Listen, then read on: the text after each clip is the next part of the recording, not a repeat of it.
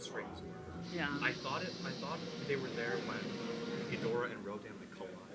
Yeah. But I didn't see it quite clearly, and then I saw it there when like all three of them. All right, folks, it looks like it's about that time. I want to get a big, nice, loud round of applause for our next panel, Godzilla and Filmmaking, the Battle for Respect. All right, without further ado. Thank you for that reaction. That was very heartwarming. Thank you. Very good. Thank you. Yeah. Appreciate it. I'm Yoko Higuchi, And I'm Kim Lacanilo, also known as Kaiju Kim.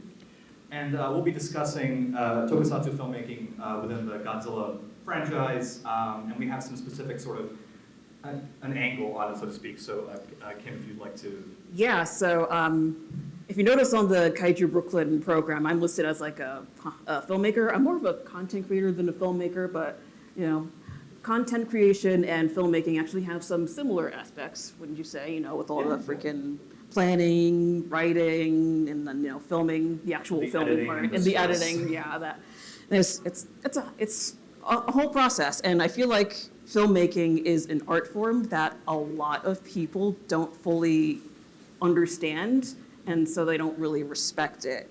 And tokusatsu, especially, is a victim of this.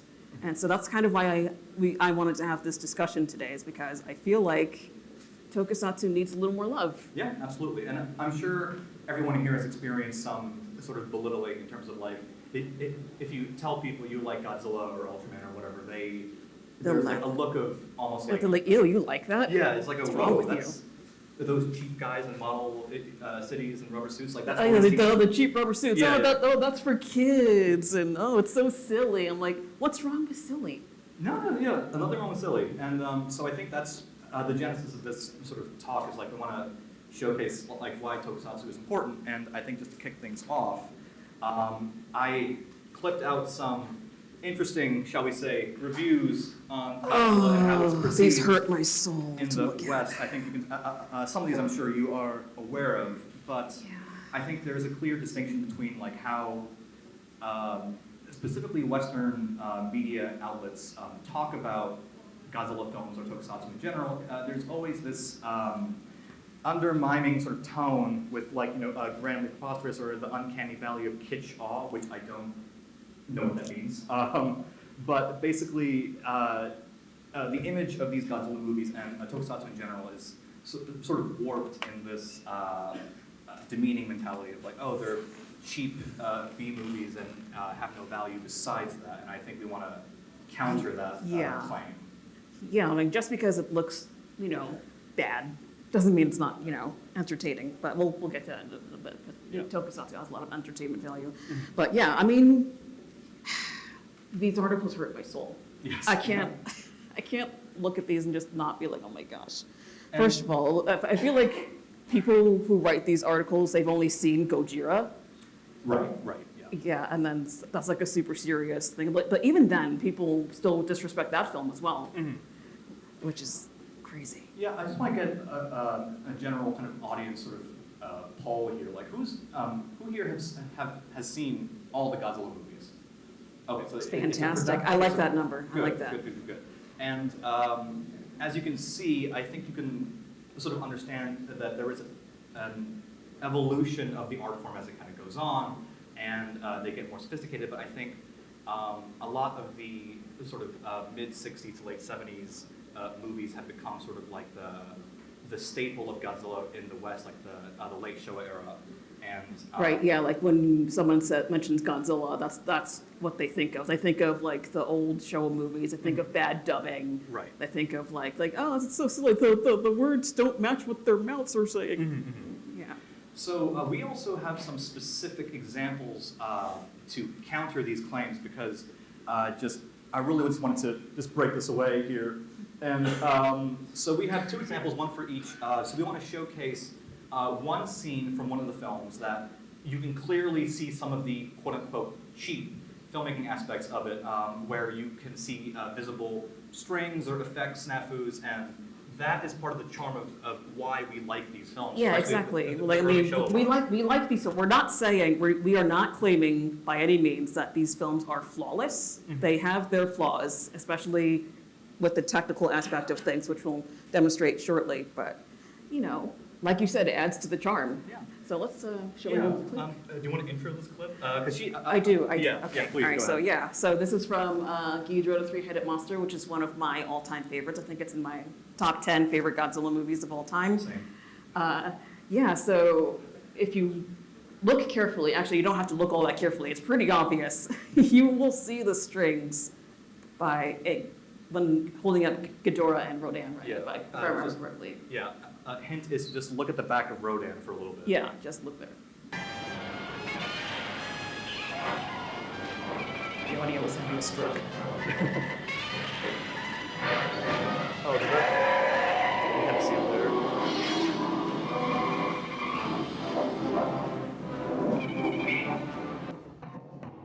And obviously the Mothra biting on Ghidorah's tail is obviously a reverse shot. So like stuff like Yeah. that are things that I think us two would sort of like see as not necessarily a flaw creatively per se. I think that's sort of like the charm of these movies. It's like you can see. Yeah, like, you can totally see the strings. It's awesome.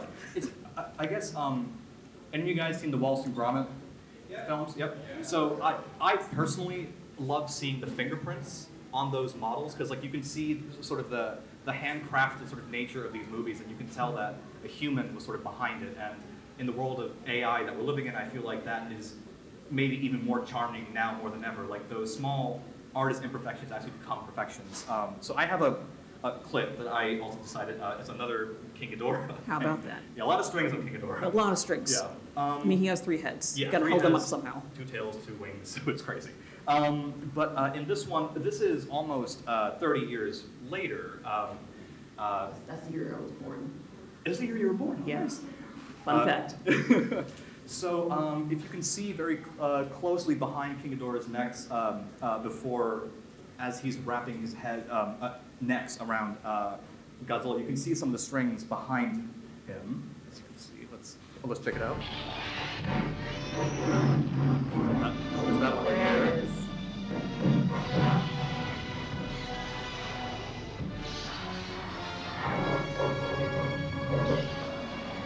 There's some in the corner there. Yeah. Yeah, so again, like the exercise of this is to not point out the technical flaws of the film. I think this is actually emphasizing our point that these are handcrafted films and these are very specific, made and tailored to a certain audience. And I think I find this very appealing. But again, like the sort of the importance of tokusatsu. So I do want to discuss with you, Kim, like the value of this art form. And as you can see, like I've collected a bunch of behind-the-scenes photos, and like this is sort of the magic of these films. It's the creation of the actual world itself around not just the creature, but the designing of cities and the explosives. It all takes a certain amount of craftsmanship that is very unique to Japanese cinema. So yeah, if you have any thoughts on that. Yeah, so I just want to point out that film in general, not just kaiju films, film in general originated as a form of entertainment, right? Back in the old days when people didn't really have much to do, they would create films of like people on the beach or whatever and stuff like that. And so tokusatsu is just another form of that, and it's entertaining in its own unique ways. Like, again, with all the wonderful work that goes into this with the miniature sets and the suits, like those people make fun of the rubber suits, but do you know how long it took to make the Godzilla suit? And also Like- the stress of the actors inside. Yeah, the that suit. too. Haruo Nakajima passed out several times during filming, so you gotta respect the craft, guys. Come on. Yeah, I think there's also, with the advent of CGI recently in the 21st century, I think we're sort of losing the art of these practical model making skills that I think is inherently more rich cinematically and visually, because I think there is a big difference between seeing something that's in front of the camera as opposed to something that was created visually. I think there is, like, I think you'd feel more emotion seeing Godzilla and King Kong destroying that castle, even though it looks not entirely realistic. I think there is sort of almost an animalistic kind of urge to sort of be attracted to that kind of imagery because you can tell that it's real. I love it. Yeah. I love it. I love that scene. It's just like, it's just great. But it's very clearly, made of Cardboard. part of it, yeah. And I think that's totally okay. And I that's think, perfectly fine. I think one of the things that makes tokusatsu so charming is the spectacle of it. Yes. You got these giant monsters, a giant radioactive lizard, and sometimes a giant freaking monkey, and other kaiju friends just duking it out on a city, and it's a spectacle of it all. That's one of the things that makes it awesome. It's one of the things that adds to the charm. and I think there's also, just going back to like the original way of doing it in 54, it was a pioneering sort of technique to do this. It was a very unique art form that's very specific to Japan, and Japan is still, heavily involved in tokusatsu, like through Ultraman and even the newer Godzilla films. Even though they use CGI now, there's still a lot of practical effects work that's has gone into them.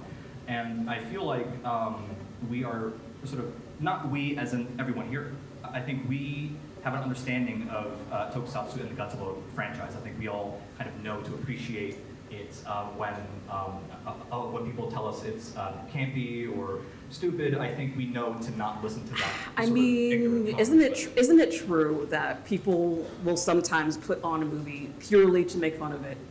Oh yes. Like, oh, let's watch a funny B movie. Like, oh, it's so silly. Okay, well, this is no different. Right. Like, I think we have to sort of like look at the sort of the complex nature of it, because obviously I think any movie you can look at and make fun of it, with your friends and have a good time. It's a roast session. it's fun. You make fun of the things you love, and hurt the ones you love. But I think for these, it's like in the West. I think in our sphere here, I think we're very good at knowing and appreciating the craft of these tokusatsu films. And like you can see, just in these photos alone, there's so much dedication and craftsmanship and artistry that's put into all of this. And this spans like 3 different, eras in the Godzilla franchise. So clearly this is such a unique and a very beautiful way of shooting. Like just looking at on the bottom center there, it's the Godzilla and the rain machine. Like that stuff is just gorgeous to see. And I think the more emphasis we have to appreciating tokusatsu in the West, I think will do a lot for the image of Godzilla. Because I think outside of the people in this room, I think people still have this slightly negative image of Godzilla when it comes to how mature or intellectual or artistically complex it could be. Like even in Japan, right? You were saying like. Yes, even in Japan, the sort of mentality is like these are movies for children. Yeah. So it's kind of like how I guess comic books were sort of treated in America, where I think a lot for a good portion of time, comic books were considered children's entertainment and not like for adult consumption. But now we know that's not the case. Obviously, now the mainstream is more accepting of comic books, and I think hopefully there will be a new wave of acceptance for tokusatsu, because I think that wave still hasn't happened yet. It is growing slowly but surely, and we have spaces like this in Kaiju Brooklyn to sort of all come together and share our love for this. But I think it is still a minority that truly understands how to appreciate these movies. I think that's important to kind of spread the love of this and to have a greater understanding of the filmmaking hardships that they went through to make all these movies come true. So it's a lot of hard work goes into these films. We got the suit acting, like I mentioned with Haru Nakajima and other suit actors. They go through hell on those sets. And if I'm not mistaken, don't you have a first-hand account of what it's like on a Godzilla set? I guess I do. I do. I was in the special effects department for a while, and I just these are probably never before seen. So you guys get a peek of this, but these are some photos from the Shin Godzilla set. It actually is 10 years now. Oh yeah, I've been it has on been this. 10 So years. the time really does fly. But clearly, even in the modern day, there is still a heavy emphasis on practical special effects, and I think everyone on our team was very adamant about making sure that we honor the original methods of how Godzilla was made. And obviously, in that film, Godzilla was entirely CGI, but there was still a lot of practical effects work that went into it, including the building of the Tokyo Station, which is not in the actual film, but was used for CGI scan renders for the final film. So it was all part of the filmmaking process of making things practical and then digitizing them and then putting them on the screen. So, but this was a lot of hard work. I watched these guys, struggle for quite a while, and you just see guys in the corner of a room like this, Accurate. and it's like, oh, okay, yeah, I know how that feels. And then, actually, I think one of them, it's kind of hard to see, but this effect here, this one, where it's Godzilla's foot stepping into the hillside, and the hillside just kind of like slides down. We had to do that twice, so they had to build that twice. That's insane. So- How long about did that take? It took 1 day to shoot, and then a couple days to build it, and then another day of shooting it. Oh, fun. So almost a week Yeah. So for that one shot. yeah, and actually, that is a good segue to kind of like discuss this, where I think a lot of people are not aware that a lot of the Godzilla movies are like, it's a one take, one shot thing. Like, you cannot do that again. If you destroy a thing and it goes wrong, you have to rebuild that thing again from scratch. So that alone is something I experienced firsthand, where we had a lot of things that we prepped on set, and then we said, no, it didn't work, we gotta do that again. And then we'll spend a whole week or two replanning that same shot again. So it's a lot of dedicated work, like everyone is meticulously looking at what has to be done, what needs to be done, and then like in a timely manner, because we had to do like several effect shots in a day or so. So yeah, I went through the hardships of like seeing how they work, but they also, a lot of the guys I worked with also worked on the previous Godzilla films. Like, they also worked on the Heisei and the Millennium films. Some of them also worked on the Showa era ones, and they all have a very clear understanding of how difficult and how taxing this is. But there is something very beautiful and rewarding to see a building that was constructed over a week get destroyed in an instant. I think that's sort of, it's almost Zen in a way, where it's like you create something and it gets destroyed, but in the most beautiful, spectacular way possible. And we all love it. And we all love it. And these guys were so dedicated to this, and I think I asked them at some point, like, with American filmmaking and Hollywood focusing more on computer graphics animation, like, why are you guys still doing it, I guess technically the old-fashioned way? And their simple answer was, we like it. That's all you need, just And like also, it. yeah. Yeah. And I think that was the moment I truly realized, like, oh, okay, like, this is not for production limitations or time limitations or money limitations. This is an art form that is specific to Japan. They specifically tailor their skills to do this specific thing. And I think this deserves a lot more respect in the West. I think we need to have a conversation about this.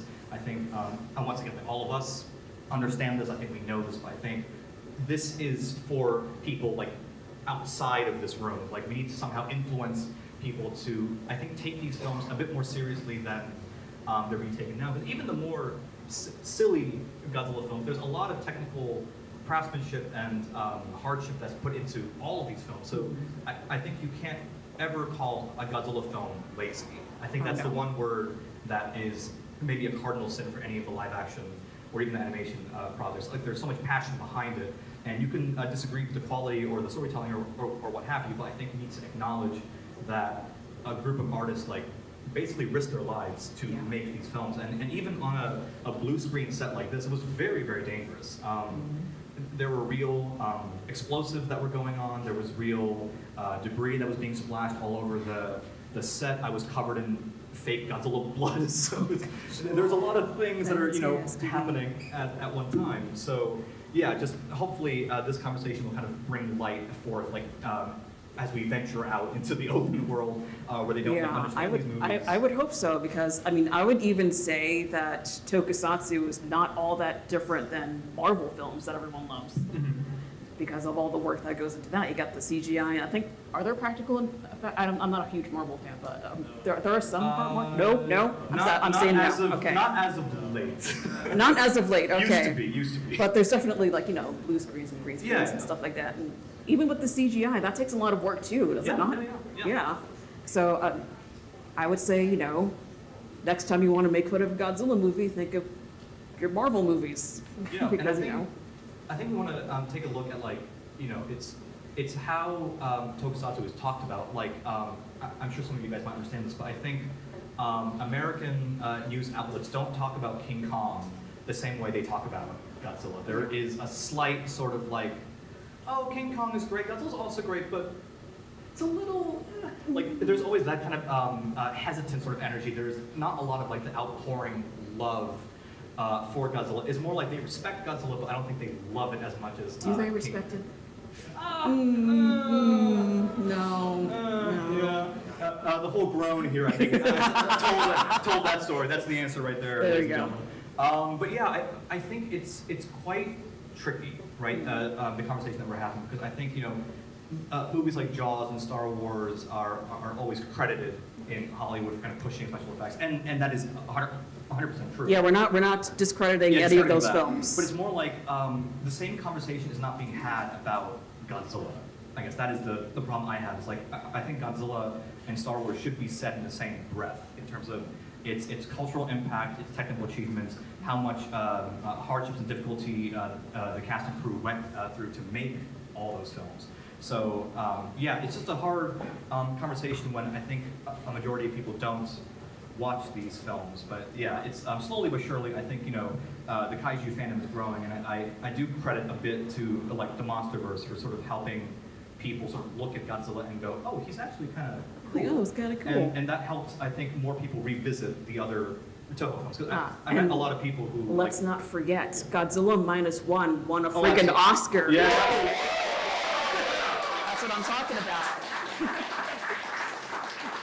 It took 70 years, but we got one. Never give up on your dreams. Godzilla didn't win an Oscar until he was 70 years old. Happy 70th birthday. It's the best birthday present. Yes, love it.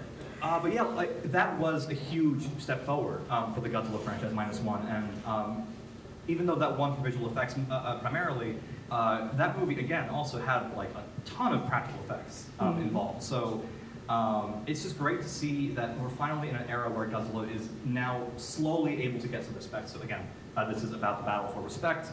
And I think hopefully in the near future, we'll slowly get there and appreciate these films a bit more. Again, like, we all love them. This is our bread and butter.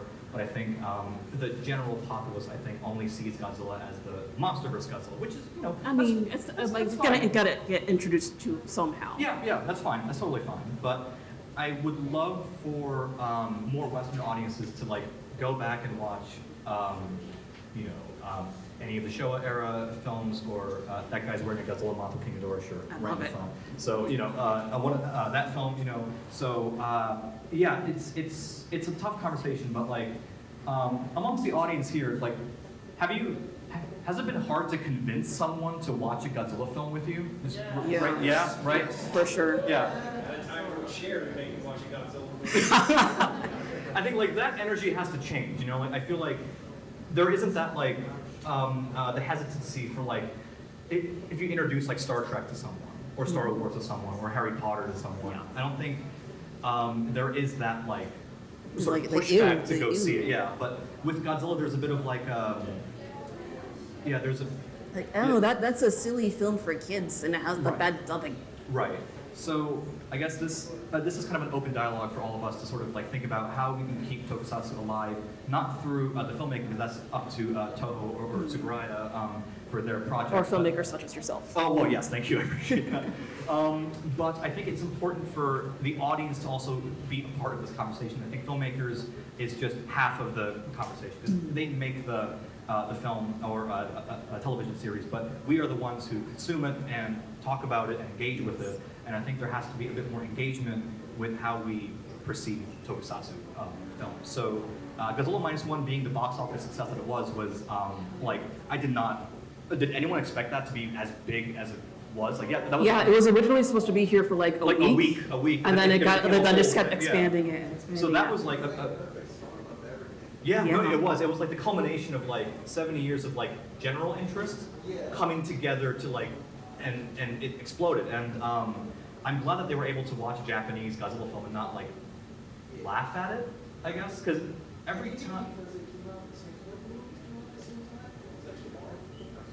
Godzilla X Kong came out like a few months after. Godzilla -1 came to the U.S. in In December? Question and then- mark? December 1st. That's December it. 1st, yeah. And then GXK coming in March. March, like towards the end of March, I think. So we were all in the King Kong winning fake news. I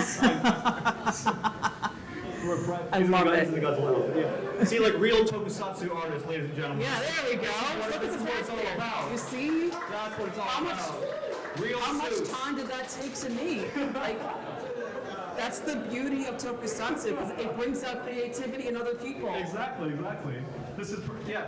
You come up front. Yeah, come up here. Come up front. Come up here. Show off your Come up work. here. Please, show off the beautiful work. Yes.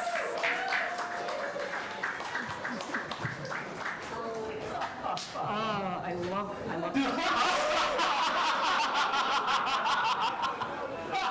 Oh, I love everything about this. Yes. Beautiful. Hi. Yeah, look at this. Thank you so much. What's your name? So, Ed, And how long did it take you? Did you make that yourself, or? no, this is a store-bought, which is mine. It's Oh, but really what's? Sunday. But still, someone made that. Like, come on. I have a question for you. How hot is it? Super hot.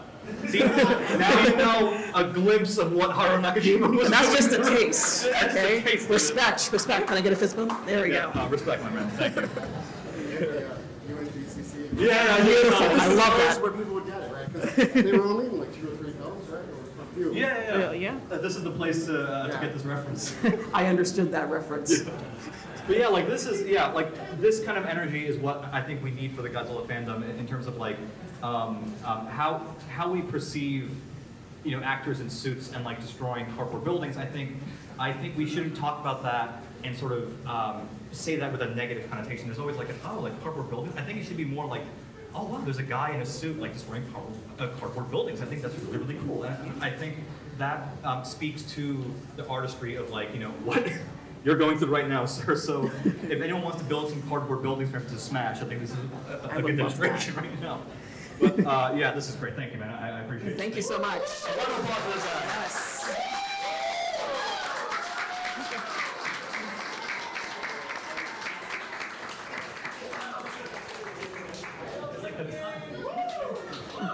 It's like the timing of his appearance was That was beautiful. It was so on point. It's like he knew. Yeah, he was our special guest for tonight. There we go. But yeah, I guess I do want to have some time to open it up to the floor. I want to give some. I saw your hand go up first. You mentioned the comic book thing, but isn't the fact that, don't you think the work perspective in the Western media is actually related to the way that comic books and also animated media isn't respected? Because a lot of the earlier American Godzilla stuff was the Marvel comics, it was the Hanna-Barbera cartoon, Godzilla the series, which was the sequel to the 1998. Yeah. Yeah. No, I agree. I think you are right. I think animation and comic books are.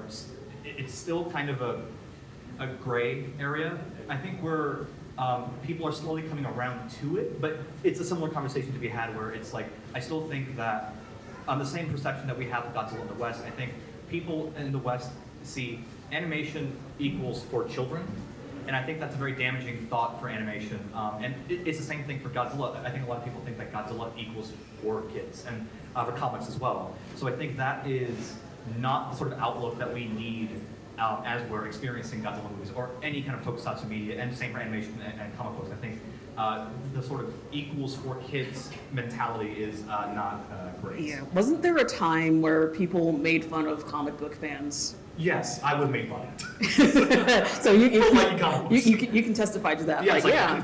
Like. You're that's right. fine. My man. Hello.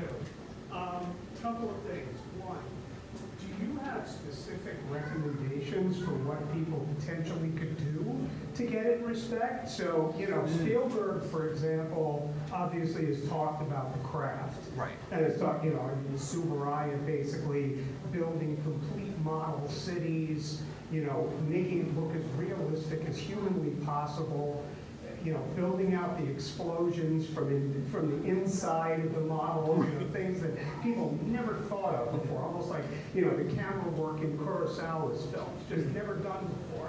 So, I mean, is there a way of influencing the industry to be able to have some of those conversations? Go see Godzilla. Well, okay. Go see Godzilla, but it's still the idea that, okay, you go to Japan Society, you bring a crowd of people in, you have a, let's say a friendly crowd, right? But the friendly crowd brings a friend or brings other people and they're laughing in the wrong place. Right, yes, Right? yeah. So how do you influence that? What types of people can you get to influence that? Second quick thing, the idea of Japan and masks, like the whole tradition of somebody being behind a mask, which has been, 500 years or more of tradition. Has that had any influence on people in Japan in their perception about Godzilla and tokusatsu? That's an excellent question. Thank you for that. To answer the first one, I think there should be the same way that we have like big Q&As for, like whenever there's an anniversary, it's coming up, but for like Jaws, for example, there will be like a panel discussion, like talking about how it was made, how Bruce the shark kept breaking down, and such and such. I think that is the kind of thing we also need for Godzilla. I think we need people who are either understanding of the series or who have worked on the series to then educate each audience about how this was made. And I think that will enhance the experience of watching them. So I think that's the best way, is to sort of give more lectures and presentations on it. And to answer your second question, I think that is an interesting notion. I haven't thought about that. I think that is plausible, that I think in Japan, like no dance and like kabuki theater is very, famous, and that kind of movement is almost a reflection of Godzilla. And like Godzilla can be seen as like almost like a stage play sort of thing, because it's like, again, like you're destroying cardboard sets, and that's kind of like the artistry of it. So I think that's a cool parallel. I haven't thought about that, so you stumped me. Good on that. So yeah, that was great. I saw your hand go up really quick. Yeah, you. My question is that I realized sorry, I'm not working. That one thing I love the movies is that they're very sincere in their silliness. And a lot of stuff today, everything's got to be like, oh, this is stupid. Hey, no, this is make a joke here, put a joke there. Oh, this is too weird. This is this. I really hope we go back to, because in the early 2000s, there was silly shit in like Lord of the Rings and the Sam Raimi Spider-Man movie as well. No one said anything about that. So right. I hope we go back to that as well, because I'm the sincerity in filmmaking, and I think that also you have to have that plus the practicality. What's your opinion now on how sincerity is on that? Yeah, 100%. I'm 100% with you. I think that is the best thing about the Godzilla franchise for me, is that they always have something to say, even if it's a little thing. They have something to say, and I think they all treat at least the character of Godzilla, or the narrative that they're trying to tell, in a, I don't want to say serious, because I don't mean like serious tone, but like in terms of like the production, they are taking it seriously. They are making like a proper film with proper structure and everything. So I agree with you. I think you can't do, unless it's like a parody, you can't really make a insincere, proper Godzilla film. I think you need to be in sort of awe of what you're making, or else it all kind of crumbles. You have to be really into it. Yeah, you have to be really into it. You have to respect the craft. You have to be like, respect the franchise for what it is. I'm gonna go real quick. You. Okay. Yeah. What's up? Hey. Hi. To add what everyone else is saying, I think respectability will come when we get more original Japanese versions. Hi. When we get more original Japanese versions of these films, the actual giant, as big as possible screens. Right. Because I think a lot of the special effects, especially, get the scale and scope is lost when you're watching it at home. 100%. For sure. Especially back in the day during the show era, we all came from seeing the effects convincingly on a giant cinema. Big screen stuff.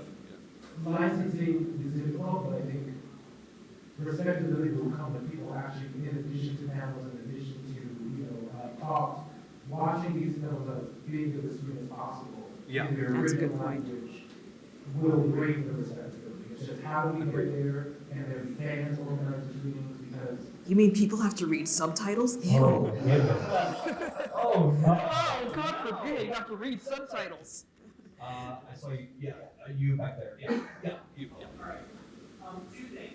One is that kind of building off what you mentioned before is that it is a bit of there is one group of people that exists teaching Godzilla films while for years, and that's movie makers. But we Yes. talk more about like how Spielberg talked about how much he admires Godzilla. There's also like for Tarantino, it's great admiring the point of using in some of the practical things that skill does. I think it kind of goes back to the original point of it, saying a lot of people don't understand what goes into filmmaking. Yes, So, that's yes, that's it. People who do filmmaking are going to start expecting a lot more. However, I also think that there's probably just a huge wrestling. I remember talking about like racism probably plays even a bit of a part in this looking down at Godzilla movies. Because like for comparison, back during the show era, that would be totally all like close to the silliest era of Godzilla. For comparison, that was when Batman was looking at a shark mouth. Right, And yeah. nobody really gets people like the unironically love that shit now. But I can say, like, Star Trek was doing stuff exactly like this. Like, getting these huge, profound stories. If you make the same with Star Wars. Star Wars was put together a bunch of scraps. And people still talk about, oh, they're so beautiful, it's perfection, it's come alive. Meanwhile, these guys go down hundreds of pound suits. It's collapsing and exhaustion. And you no, that's just really schlock those foreign people. It's, I don't know, I feel like that doesn't mean a lot into that. No, yes, I agree. I think there's the lack of understanding of filmmaking, I think, is kind of prevalent in this conversation with not understanding the value of tokusatsu. I think that's very important. So I think as long as film and media literacy, and also not just media literacy, but also just in general just understanding of filmmaking just behind the scenes, I think is very. That's literally why we're having this panel. Yes. I think we have like a few minutes. We have like 10 minutes. Yeah, 10 minutes. So we're gonna do a speed round. So just all you guys, yeah, speed round. Let's go. I'd just love to hear what was like the biggest, coolest, most mind-blowing special effect type of thing that you've ever seen by a person yourself. Okay. The question was just what was the craziest thing I saw on the first person, I guess. Yes. Oh boy.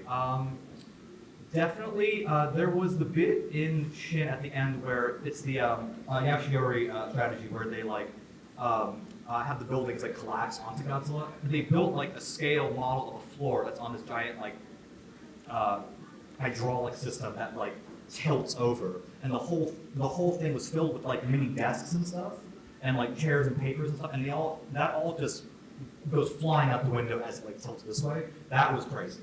That took a lot of setup, so I think it would be that one. You with me? That one has the mic. This person has the microphone over here. Oh, sorry. We'll come right back to you. This person back here has the mic. To say, Oh, Mercy. what I'm going to say is no disrespect at all to the Godzilla film, people make it, we put so much time and effort into it, but the thing I'm going to say is, the thing about essentially Godzilla, like the 1954 version, is that it was meant to be a cheap movie, because they didn't have the budget or the time to make an actual floor suit. That suit that's made of that was Latex, very- rubber, that chicken was- wire, all et cetera, et Because cetera. the thing is, even because with Godzilla, it did evolve into more of a goofy thing. Because the first movie and the second were very serious, but then Showa came along, and that was Godzilla versus Megalon came along. Yeah, it love that movie. was 100% goofy, childish, and cheap. Remember this? I love those movies. I grew up on those movies. I don't want to say any disrespect. Yeah. But it's just that, like you even said, these things were very, very dangerous. But even in more modern movies, even with Godzilla, like I'll use Shin Godzilla for an example, they did make a lot of those sets. So even though it wasn't as much, or it wasn't as big or powerful as how the old ones did, or it didn't have that same amount of nostalgia, it does have some sense. It's less dangerous, it's more helpful, and we can have more product and more fun with these movies. So that's what I just wanted to say, and thank you for your time. Thank you for sharing. Thank you. Yeah, All right, sorry, you guys. This person. Yeah, this group right here. Let's go ahead. Yeah. I would like to ask two questions. My first question is, if we're at the kaiju movies, I think, will not be as big as Marvel just because of the cultural gap. I think that's a big. It's like I obviously want it to be as big as Marvel, but I don't think culturally it's there for box office sales. I think. And also the second question is, do you think how the stigma is on Godzilla is nowadays? Do you think it's related to like how old was it like or how old Hollywood treated back in the day? Like or how like you know back in the day Ray Harryhausen made an interview saying, "Oh, Godzilla, yeah, that's like a rip off of my film. Don't watch that. It's like a rip off. It's like how dare you kind of thing." I think it doesn't have that much influence. I think it does have influences in spheres, but I think for the general populace, I don't think the ordinary person knows who Ray Harryhausen is like I do and you do, but like I think the general audience is like, who is that? So I think it doesn't affect Godzilla that much, in my opinion. You guys back there, sorry. 5 minutes left. Yeah, 5 minutes. Let's do a speed round. It's yeah. Just pass it down.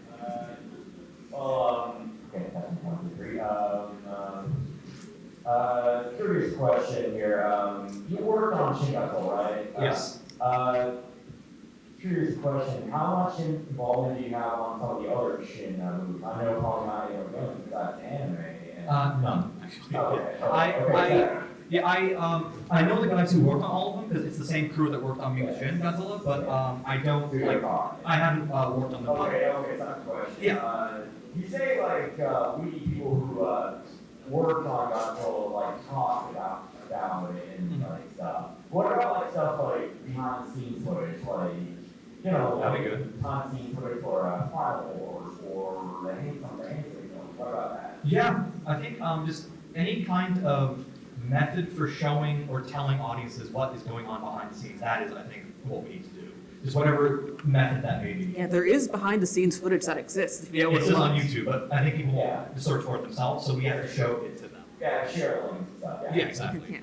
Yeah. Yeah, just like How much whoever's. how much time do we have? How much time do we have? 5 minutes.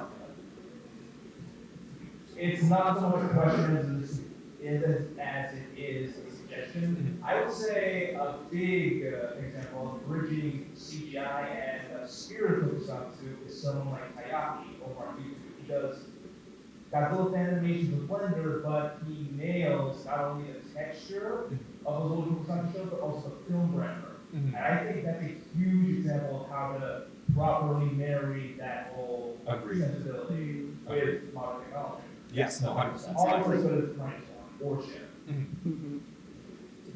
Just one question for. There we go. Okay, this is just one question I have when it comes to actually involving the boss wanting to give respect and more exposure to tokusatsu.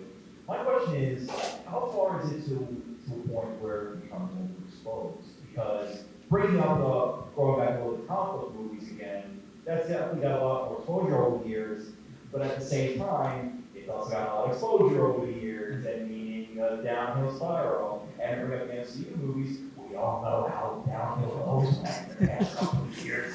So, where do you, I'm also going to ask also for everyone in here as well, where do you guys think the point should be to show respect and give it the attention and love that they deserve, but not to the point where say, the cultural zeitgeist in Hollywood are just going to take advantage of it?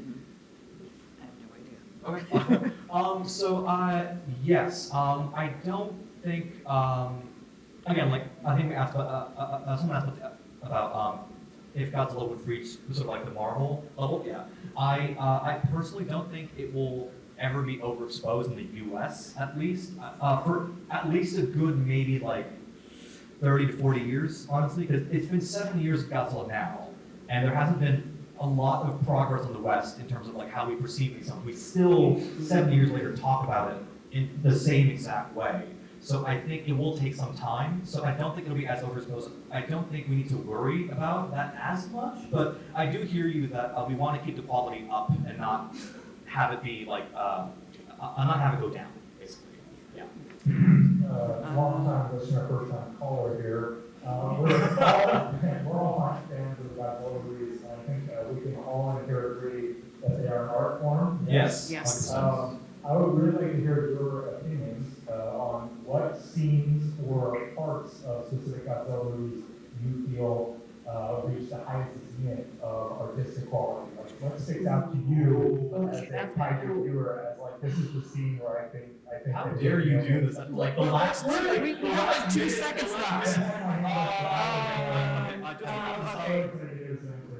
Okay. Just say camera 3. I was gonna say that too. Camera 3 is awesome.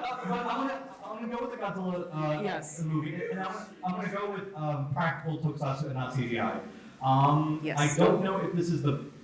I don't know if this is my final answer. Because, I'm on the spot here, but just the. I got a flash of just the ending of Godzilla vs. Destroyer.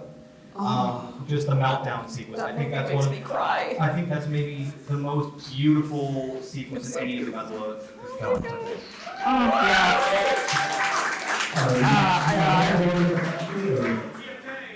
What? There's also GMK. That's true, yeah. Real quick for me, the one that comes to my head immediately is the scene in Godzilla vs. Biollante where he comes out of the volcano. Yes. I love, that's my favorite Godzilla entrance. Absolutely. I love that. Okay, I think that's it for I think today. that wraps up our thing. So thank you. Wait, do we have one more? Do we have One one last more? one. Last question. Sorry. Okay, Go ahead. all right, real quick. What is the comparison between the original and the new? Because the new movies have CGI, old ones have suit and stuff. So could you repeat that one more time? What I'm is so the sorry. comparison with the new Godzilla films and the old ones with like because the new ones have CGI and then the other ones have suits. So this is actually a good thing to end on, but I think the main difference is that the old Godzilla films prior to 2016 were all done, with like practical effects, like minimal CGI, and I think now that we have like more detailed like renderings of creatures and monsters, now that we've moved on into like digital age. So I think it's 2 forms of expression. One is practical that you shoot with a camera that's right in front of you. So that takes a lot of precise filming. Like it's a lot of very, very, very choice decisions that have to be made like on set, just like that. But in a computer, it is the same precision, but it is all digital. So you can redo it however many ways you want and shoot it in whatever angle you want because it's CGI. You can do whatever you want with it. You can shoot from any direction. So that is the main difference, I think. So it's just 2 entirely different art forms. They're both completely valid, and I think we've seen great suit Godzilla and great CGI Godzilla. I think we all agree with that. So I think just as long as we keep the conversation about the old school stuff good, I think we're fine. So I think that ends our. And just because it's CGI doesn't mean it's like less work. But yes, thank you. Are we good? I don't think we have any more time. We're over time. We are. Yes. We need to go. Thank you so much for coming to our panel. All right, everybody, let's hear